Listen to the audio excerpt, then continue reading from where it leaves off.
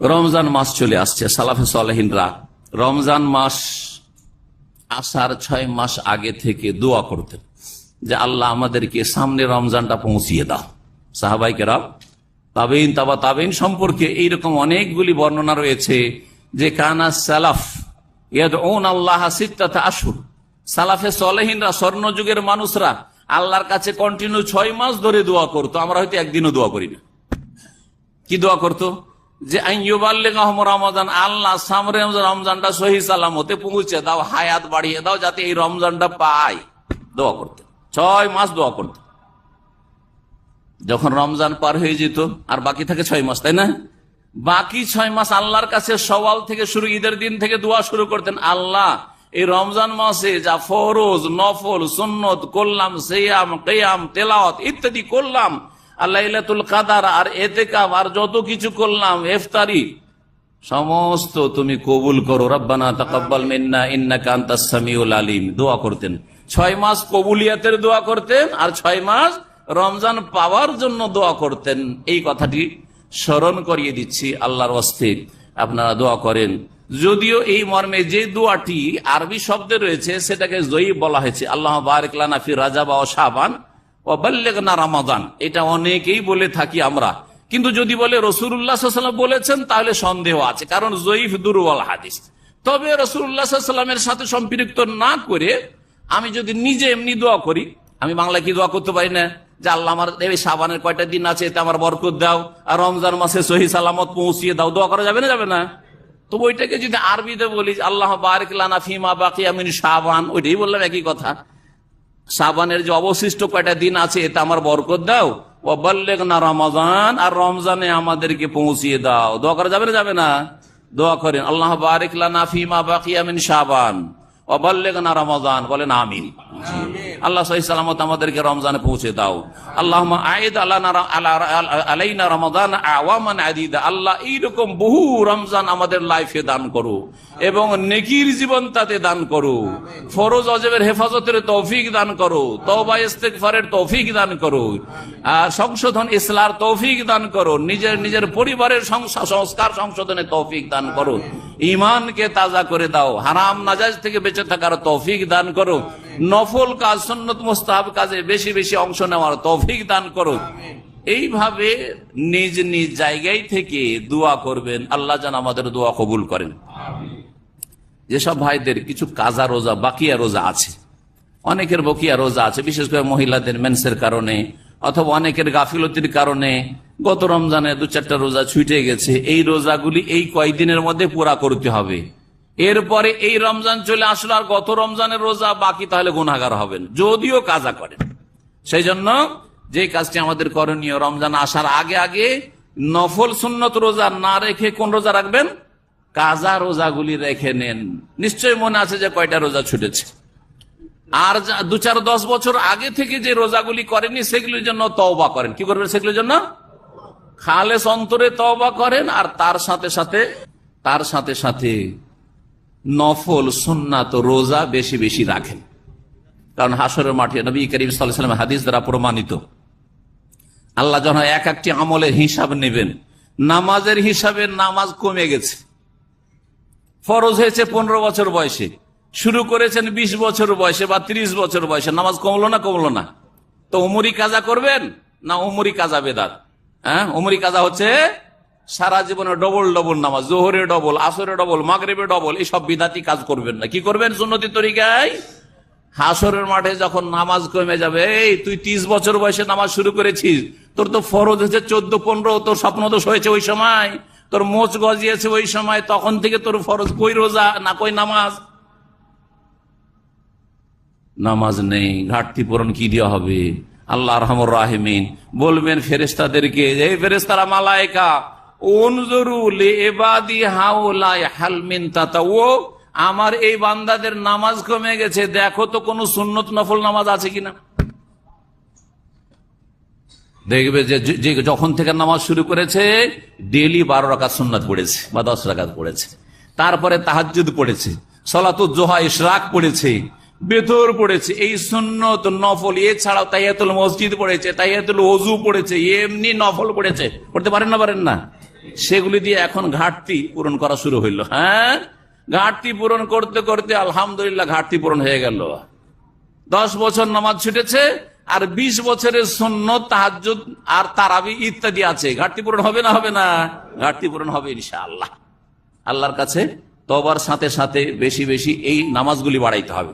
রোজা 10 বছর রোজা এর আগের ছুটে আছে, এখন এই বছরে আপনি তওবা করছেন, তওবা নসিব হচ্ছে।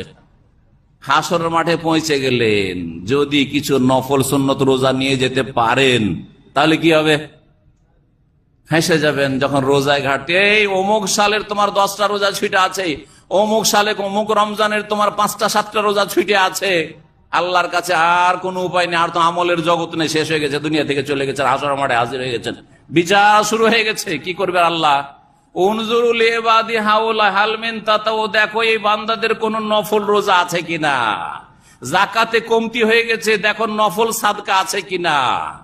জি, হজে ত্রুটি হয়েছে, ফরজ হজে কি উমরাতে ত্রুটি হয়েছে, তাহলে বেশি বেশি উমরা আর আছে কিনা, আর নফল কিছু হজ করেছি কিনা, চলো ওইটা দিয়ে ঘাটতি পূরণ করা। জি, এইভাবে আল্লাহ রাব্বুল আলামিন ফরজের ঘাটতি নফল দিয়ে করবেন। সুতরাং বেশি বেশি নফল রোজা রাখলে এই ফায়দাগুলি রয়েছে। বেশি বেশি নফল দান খায়রাত করলে, অনেক দিন হয়তো জাকাত দিতে কমতি হয়েছে, সেগুলির ঘাটতি পূরণ হবে। বেশি বেশি নামাজ পড়লে, নফল পড়লে, সুন্নত পড়লে, আর সুন্নতগুলি হেফাজত করলে আমাদের যেসব ফরজে ঘাটতি আছে সেসবগুলি পূরণ করা হবে। আল্লাহ যেন আমাদের সকলকে তৌফিক দান করেন। রমজান মাসের প্রস্তুতি হিসাবে যে কথাগুলি বলবো 2-4টা সংক্ষেপে, সময় কিন্তু হয়ে গেছে, আর 10 মিনিট আছে। প্রথম সেটা হচ্ছে খালেস অন্তর থেকে দোয়া করবেন। কারণ আল্লাহ যদি আপনার আমার দোয়া শুনে নেন, যে আল্লাহ তুমি আমাকে ভালো মানুষ বানিয়ে দাও, নেক ইমানদার মুমিন বানিয়ে দাও, মুত্তাকি পরহেজগার বানিয়ে দাও, হ্যাঁ, ওয়াজআলনা লিল মুত্তাকিনা ইমামা, জি জি, ওয়ান আমালা সালিহান তারদা, এমন আমলের তৌফিক দাও যাতে তুমি রাজি হয়ে যাও। কোরআনে এই শব্দ আছে। আর জরুরি নয় যে কোরআন থেকে মুখস্থ করে দোয়া করতে হবে, যদিও ভালো, হাদিসের দোয়া পড়লে ভালো, কিন্তু না পারলে নিজের ভাষায় দোয়া, নির্দ্বিধাই দোয়া করেন, মন ভরে আল্লাহর কাছে দোয়া করেন, আল্লাহ এতদিন আমি খারাপ মানুষ ছিলাম, আমাকে এখন থেকে ভালো মানুষ বানিয়ে দাও, নামাজি বানিয়ে দাও।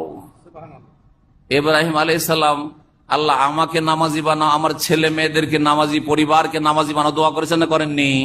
সূরা ইব্রাহিম, জাআলনি মুকিমাস সালাতি ওয়া মিন যুররিয়াতি, আল্লাহ আমাকে নামাজ কায়েমকারী নামাজি মুসল্লি বানিয়ে দাও, আর আমার বংশধরকে মুসল্লি বানিয়ে দাও। দোয়া করেছেন না?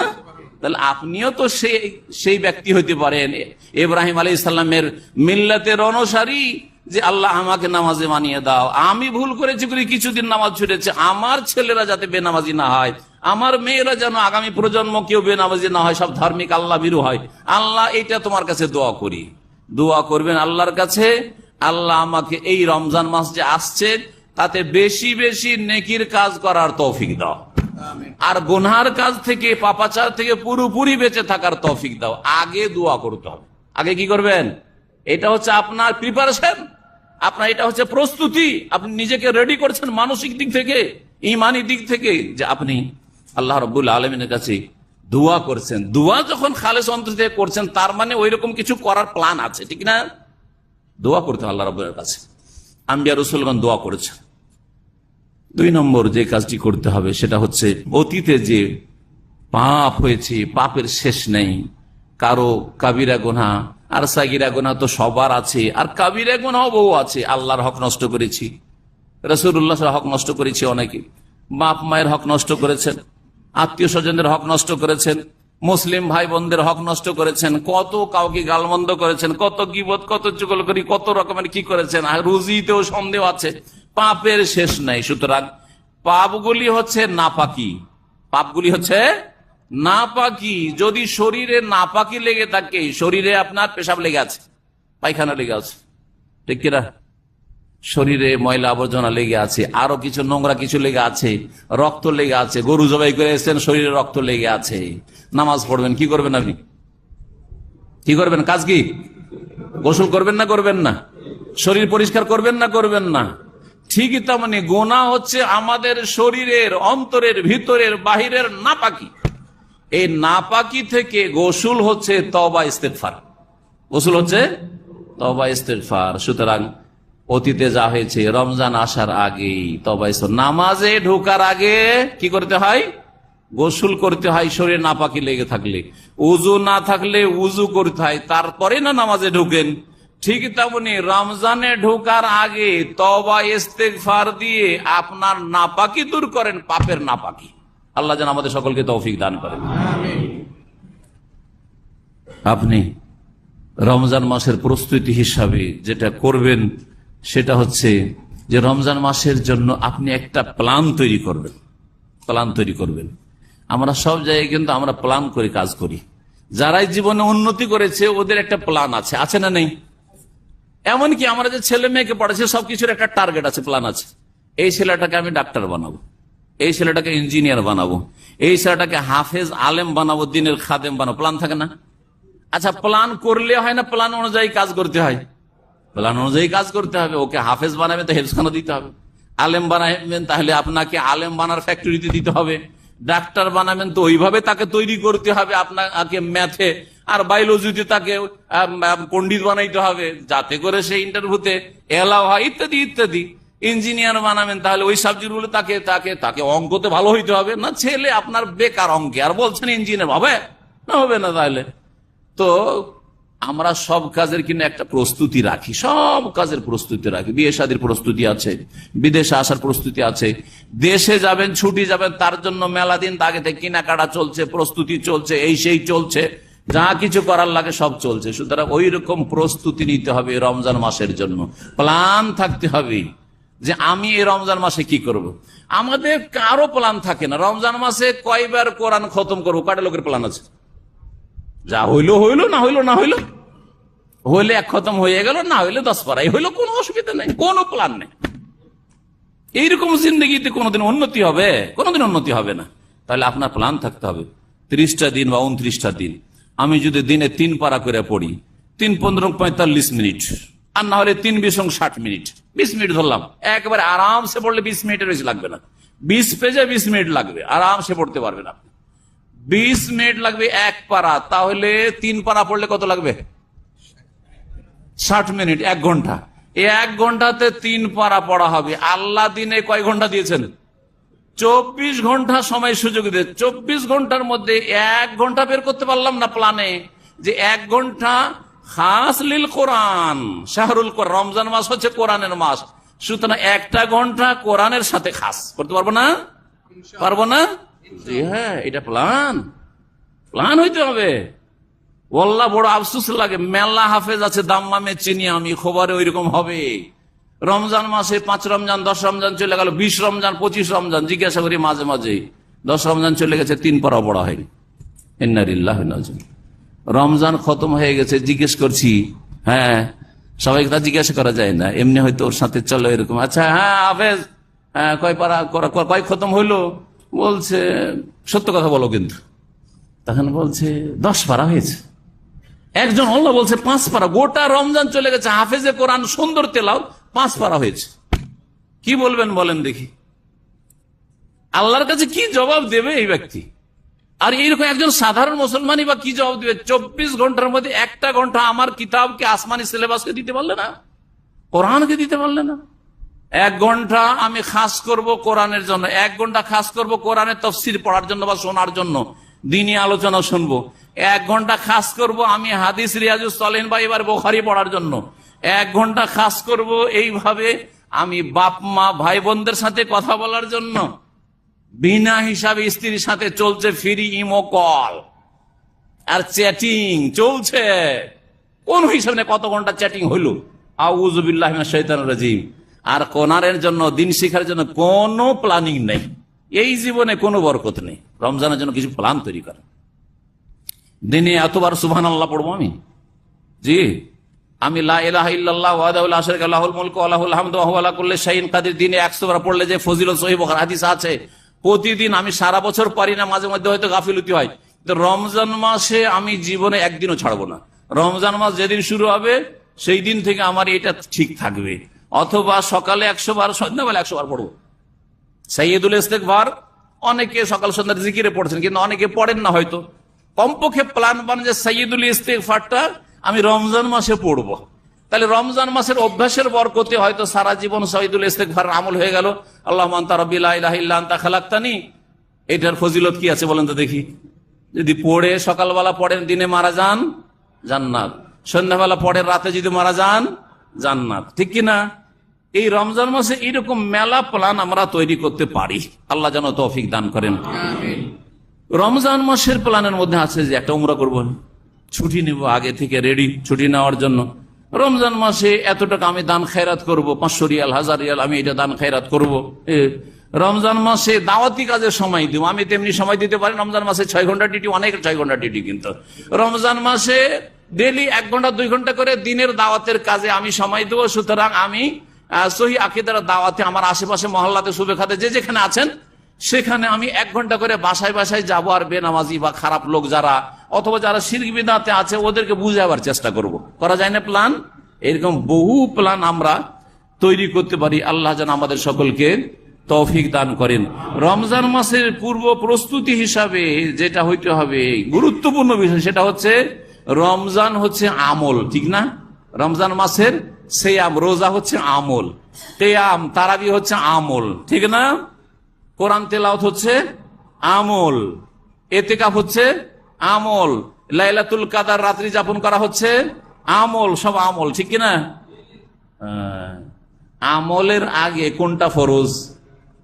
আমলের আগে কি ফরজ? এলেম শিখা ফরজ। আমলের আগে কি শিখা ফরজ? এলেম শিখা ফরজ। সুতরাং রমজান মাসের আগে রোজার মাসলা মাসাইল শিখে নিতে হবে। তার মধ্যে একটি হচ্ছে নিয়ত, নিয়তটাও শিখতে হচ্ছে। নিয়ত কি জিনিস? ওই বাপ দাদা করে এসে নামাইতা নাসুমা গাদান লাকা মিন শাহরি রমাদান, আপনিও সারা জীবন নামাইতা নাসুমা গাদান নিয়ত পড়েন, তাহলে আপনি কি এমন রোজা রাখলেন যে রোজাটা কবুল হবে? না আপনার রোজাটা আপনার মুখে ছুঁড়ে ফেলে দেওয়া হবে? চিন্তা করেছেন কোনোদিন? নিয়ত কোথা থেকে করে? এইখানে না এইখানে? দেশের মানুষ করে এইখানে, কিন্তু ইসলামে করতে বলেছে এইখানে। নিয়ত করা ফরজ, নিয়ত করা ফরজ, নিয়ত করা ফরজ। এইখানে আমার হাতের আঙ্গুলটা দেবেন, নিয়ত করা ফরজ, আর নিয়ত পড়া বিদআত। নিয়ত না করলে কোনো আমল কবুল হয় না। নামাজের যদি নিয়ত না করেন অন্তরে আমি নামাজ পড়ছি, তাহলে নামাজ কবুল হবে? যদি কেউ মনে করেন নামাজটা আমাকে খুব বেস্ট এক্সারসাইজ লাগে, ভালো ব্যায়াম হয়, শরীর চর্চা হয়, সেই জন্য আমি নামাজে এই রুকু সিজদা করছি, উঠা বসা করছি, তোর নামাজে সব পাবে? পাবে না। রোজা রাখে শরীরটা সুস্থ থাকে, খেয়ে খেয়ে খেয়ে খেয়ে ওজন বেড়ে যাচ্ছে, এতে আমি ডায়েট কন্ট্রোল একটা হয়ে যাবে, সেই জন্য আমি রোজা রাখছি, তাহলে নেকি পাবে? তাহলে বোঝা গেল যে এবাদতের নেকি করবে, নিয়ত করবে এইখানে যে আমি রোজার এবাদতের নিয়ত করছি, নামাজের এবাদতের নিয়ত করছি, যাকাত দেওয়ার এবাদতের এইখানে নিয়ত করছি, ঠিক কিনা? হজের নিয়ত এইখানে অন্তরে সংকল্প করছি, এর নাম নিয়ত। আর নিয়ত যে পড়া, নাওয়াইতু আন আসুমা গাদান, আমি নিয়ত করছি যে কালকে রোজা রাখবো। বুঝলেন না? বুঝলেন না? গাদান মানে কি? গাদান মানে আগামীকাল, টুমরো। নাওয়াইতু আমি নিয়ত করছি, আন আসুমা গাদান, যে কখন রোজা রাখবো? কালকে রোজা রাখবো। সন্ধ্যাবেলা ধরেন চাঁদ উঠলো, সন্ধ্যাবেলা কি হলো? চাঁদ উঠলো, রমজান শুরু হইলো না? হলো না? সন্ধ্যাবেলা তাহলে রমজান শুরু হয়ে গেল। আরবি মাসে রাত আগে আসে না দিন আগে আসে? রাত আগে আসে। তো আর এই নাওয়াইতা নাসুমা গাদানটা আমাদের দেশের মানুষরা যারা পড়ে তারা কখন পড়ে? কোন সময় পড়ে? সাহরি খাওয়ার সময় পড়ে, ঠিক না? সাহরি খাওয়ার সময় পড়ে, তো ভোর রাত্রে পড়ে। চাঁদ উঠে গেছে, রাত চলছে পয়লা রমজানের, আর ভোর রাতে সাহারি খেতে বসে বলছে নাওয়াইতা নাসুমা গাদাল্লাকা মিন শাহরি রমাদান, আগামীকালকে রোজা রাখার নিয়ত করছি। আর তারপরে রোজা ধরলো, সাহারি খেলো। এটা আগামীকালকে রোজা না আজকে রোজা? আজকে রোজা না? আজকে রাত পার হয়ে গেছে, এখন ভোর রাত, এখন সাহারি খাচ্ছি, আর আজকের দিনের রোজা। তাহলে যদি এই নিয়ত ইসলামে থাকতো তাহলে কি বলা হয়তো? নাওয়াইতু আন আসুমা আল ইয়াউমা, ঠিক না? আমি নিয়ত করছি আজকে রোজা রাখার, ঠিক কিনা? কিন্তু বিদাতির বুদ্ধিও কম, বেদাতির হুঁশ জ্ঞানও কম। বেদাতি কি বানিয়েছে? নিয়ত বানিয়েছে, ভুল নিয়ত বানিয়েছে। আপনাকে কি পড়াচ্ছে? যে আমি নিয়ত করছি আল্লাহ আগামীকালকে রোজা। বলেন রোজাটা পহেলা দিনে রোজা হইল? এখন আর একটু ভালো করে বুঝেন, কারণ অনেকে বুঝেন না হয়তো। পহিলা রমজানে ভোর রাতে খাচ্ছেন আর বলছেন আল্লাহ আমি নিয়ত করছি আগামীকালকে রোজার। তাহলে আজকে রোজা হইলো? রোজা হইলো না। কখনকার নিয়ত বললেন? আগামীকালকের। কথা বোঝা গেছে? আজকের নিয়ত করলেন না। যখন আজকের নিয়ত পড়লেন না, আল্লাহ কিয়ামতের দিনে ফাঁসিয়ে দিবেন বিচার দিবসে, এই তুই তো বলছিস আগামীকালকে। আর প্রত্যেক দিন সেহরি খেতে বসে আল্লাহকে কি বলছেন যে আল্লাহ আগামীকালকে রোজা, আজকের না। আগামীকালকে রোজা, আজকের না। আগামীকালকে রোজা, আজকের না। একটাও রোজা হয় না। শুধু পহিলা রমজান না, বেদাতিদের একটিও রোজা হয় না। এই বেহুশ লোকদের, বেদাতি মানে বেহুশ, হুঁশ জ্ঞান কম। না হলে এইরকম বেদাতি নিয়ত গড়ে কেউ? আল্লাহ যেন বুঝার তৌফিক দান করেন। নিয়ত করা ফরজ কলবে, আর সব কাজের নিয়ত করি আমরা কলবে, মাত্র দুটো কাজ ছাড়া। নামাজের নিয়ত পড়ে বেদাতিরা, আর কিসের নিয়ত পড়ে? রোজার নিয়ত পড়ে, যাকাতের নিয়ত পড়ে, হ্যাঁ। তারপরে তসবিহ করা ইবাদত না? তাহলে সুবহানাল্লাহ বললি তো নওয়াইতু পড়তে হবে, নওয়াইতু তাসবিহা, তারপরে সুবহানাল্লাহ। লা ইলাহা ইল্লাল্লাহ বলা ইবাদত না? আরে বড় ইবাদত, বড় জিকির। তাহলে লা ইলাহা ইল্লাল্লাহ বলার আগে কি বলতে হবে? নাওয়াইতু লা ইলাহা ইল্লাল্লাহ বলতে হবে না? বা নাওয়াইতু কালিমা তাইয়্যিবা বলতে হবে না? কালিমা তাইয়্যিবার নিয়ত করছি, কোথায় বলেন? এইরকমই আপনি যে কোনো নেকির কাজ করেন, সেগুলো ইবাদত না? তাহলে ইবাদতের সুন্নত নামাজের নিয়ত পড়ছে, তাহলে এই সুন্নত জিকির আজকারের নিয়ত পড়তে হবে না? দুরুদ পড়া ইবাদত কিনা?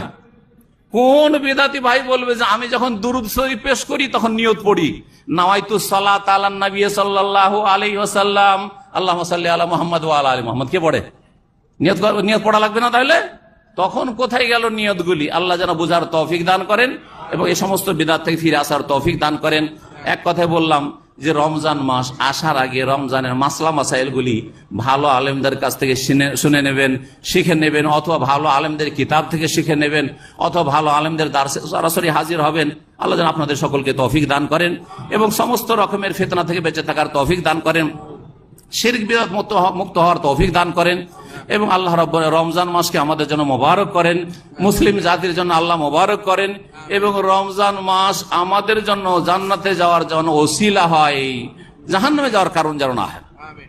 রমজান মাস আসার পরেও যদি কেউ আল্লাহর কাছে ক্ষমা না পায়, তাহলে রাগে মান ফরজলিন, সেই ব্যক্তির নাক মাটিতে মিশে যাক, ধ্বংস হোক, সর্বনাশ হোক। রাসূলুল্লাহ বলেছেন মান আতাহু রমজান, যার রমজান তো আসলো ফালাম ইউগফার লাহু, মাফ হইল না, জান্নাত পেল না, সেই ব্যক্তি ধ্বংস হয়ে যাক, তার নাক মাটিতে মিশে যাক। রাসূলুল্লাহ সাল্লাল্লাহু আলাইহি ওয়াসাল্লাম বলেছেন। আল্লাহ রাব্বুল আলামিনের কাছে দোয়া করি আল্লাহ যেন আমাদের নেক আমলের তৌফিক দান করেন, 5 ওয়াক্ত ফরজের হেফাজতের তৌফিক দান করেন। রমজান মাস আসার আগে আরো আপনাদেরকে অনুরোধ করব, যেসব ভাইরা আধা নামাজ পড়েন, 4 ওয়াক্ত পড়েন, ফজর পড়েন না, আগে নামাজ না আগে রোজা? নামাজ ছাড়া রোজা রাখলে কি রোজা কবুল হবে? কখনো কবুল হবে না। যেমন কালেমা ছাড়া নামাজ পড়লে কি নামাজ কবুল হবে? কালেমায় যদি বিশ্বাস না থাকে তাহলে নামাজ কবুল হবে না। একটা হিন্দু যদি নামাজ পড়ে আর কালেমা পড়ে না, তাহলে কি ওর নামাজ কবুল হবে?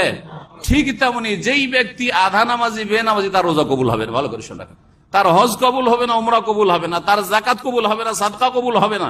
যেই ব্যক্তি শিরকি আকীদা রাখে, শিরক করলে সমস্ত আমল ধ্বংস হয়ে যায়, সুতরাং রোজা রমজান কবুল হবে না, কিছুই কবুল হবে না। আল্লাহ রাব্বুল যেন আমাদেরকে তাওহীদবাদী হওয়ার তৌফিক দান করেন এবং 5 ওয়াক্ত নামাজি হওয়ার তৌফিক দান করেন। আশা করছি আপনাদের কাছে যে রমজানের আগে বরং আজকে থেকে ফজরের নামাজটা ঠিক করে পড়ার চেষ্টা করবেন, যাতে করে নামাজি হয়ে রমজানে পাক পবিত্র হয়ে ঢুকতে পারেন। আল্লাহ যেন আমাদের সকলকে তৌফিক দান করেন। আল্লাহ আমাদের অতীতের গুনাহ খাতা যেন মাফ করে দেন। সুবহান রাব্বিকা রাব্বিল ইজ্জাতি আম্মা ইয়াসিফুন ওয়া সালামুন আলাল মুরসালিন ওয়ালহামদুলিল্লাহি রাব্বিল